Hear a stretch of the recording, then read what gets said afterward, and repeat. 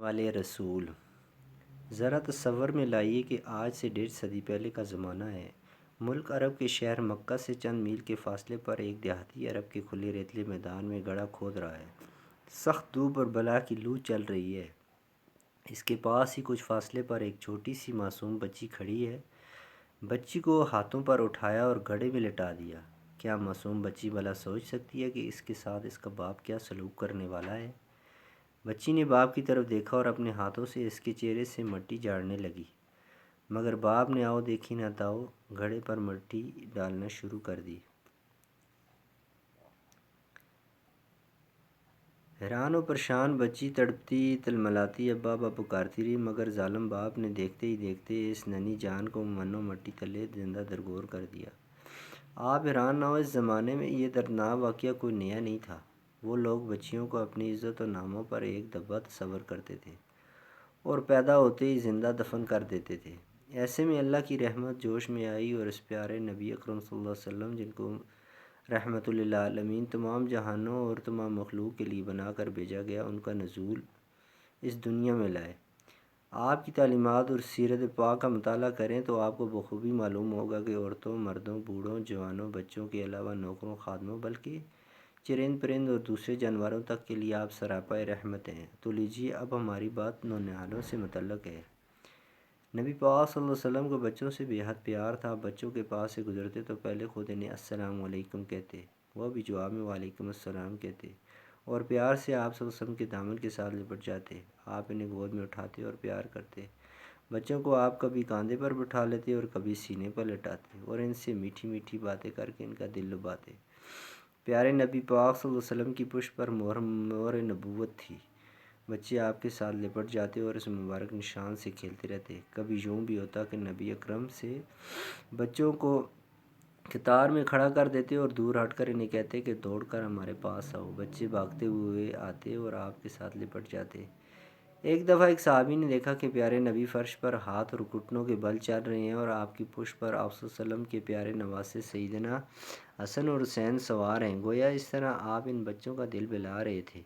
پیارے نبی صلی اللہ علیہ وسلم جب سفر سے واپس آتے تو سب سے پہلے بچوں سے ملتے اور انہیں پیار کرتے۔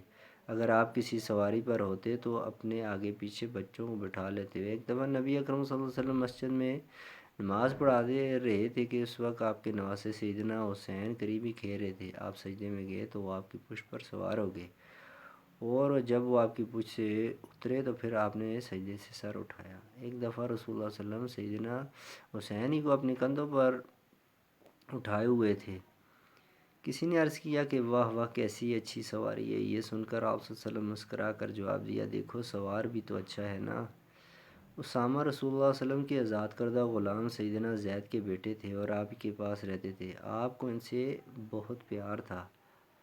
آپ خود اسامہ کا ناک منہ صاف کرتے اور منہ ہاتھ دھلا کر کپڑے پہناتے تھے۔ ایک دفعہ یوں ہوا کہ پیارے نبی ایک دودھ پیتے بچے کو گود میں بٹھائے ہوئے تھے کہ اس نے پیشاب کر دیا۔ آپ نے بالکل کچھ نہیں کہا بلکہ پانی بہا کر کپڑا صاف کر لیا۔ نبی اکرم صلی اللہ علیہ وسلم کی خدمت میں پھل یا کوئی چیز میٹھی پیش کی جاتی تو آپ سب سے پہلے چھوٹے بچوں میں تقسیم فرماتے۔ آپ بچوں کی تعلیم و تربیت کا خاص خیال رکھتے تھے۔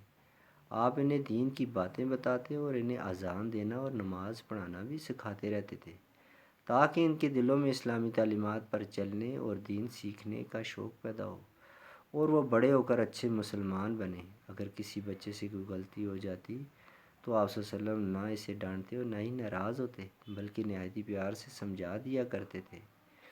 ایک مرتبہ عید کے روز ہمارے پیارے نبی صلی اللہ علیہ وسلم کو راستے میں ایک ایسا بچہ نظر آیا جو اپنے دوسرے ساتھیوں کی طرح ہنسی خوشی کھیلنے کے بجائے الگ تھلگ افسردہ بیٹھا ہوا تھا۔ آپ کو بڑا ترس آیا۔ آپ نے آگے بڑھ کر اسے پیار کیا اور پوچھا کہ بیٹا کیا بات ہے، تم کھیل کیوں نہیں رہے ہو؟ تو اس بچے نے جواب دیا کہ یا رسول اللہ، میں یتیم ہوں، کوئی نہیں جو میرا خیال رکھے۔ بچے کی یہ بات سنی تو آپ صلی اللہ علیہ وسلم کی آنکھوں میں آنسو آ گئے۔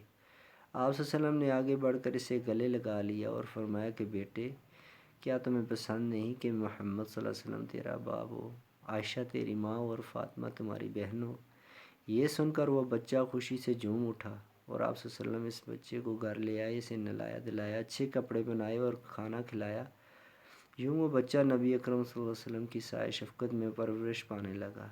آپ بچیوں سے بھی بے حد پیار کرتے تھے۔ جب آپ ہجرت کر کے مکے سے مدینہ پہنچے تو بہت سے بچے، جن میں منی بچیاں، آپ صلی اللہ علیہ وسلم کی تشریف آوری پر خوشی سے استقبالیہ نغمے گا رہی تھیں۔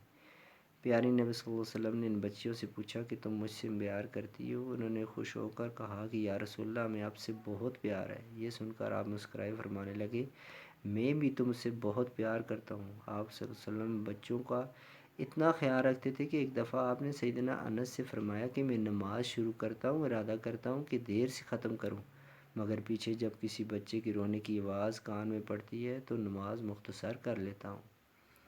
پیارے بچوں، دیکھا آپ نے کہ ہمارے پیارے نبی جو بچوں سے اس قدر پیار کرنے والے تھے۔ آپ کا معمول تھا کہ بچوں کو چومتے اور انہیں پیار کرتے۔ ایک دفعہ آپ اسی طرح بچوں کو پیار کر رہے تھے کہ ایک دیہاتی آیا، اس نے کہا کہ تم لوگ بچوں کو پیار کرتے ہو؟ میرے تو 10 بچے ہیں، میں نے آج تک انہیں کبھی پیار نہیں کیا۔ آپ نے فرمایا، اللہ تعالیٰ اگر تمہارے دل سے محبت چھین لے تو میں کیا کروں؟ جابر بن سمرہ صحابی رضی اللہ اپنے بچے بن کا واقعہ بیان کرتے ہیں کہ ایک بار میں نے آپ صلی اللہ علیہ وسلم کے پیچھے نماز پڑھی۔ نماز سے فارغ ہو کر آپ صلی اللہ علیہ وسلم اپنے گھر کی طرف چلے تو میں بھی ساتھ ہو لیا کہ ادھر سے چند لڑکے نکل آئے۔ آپ صلی اللہ علیہ وسلم نے سب کو پیار کیا اور مجھے بھی کیا۔ سبحان اللہ، سبحان اللہ، جزاکم اللہ۔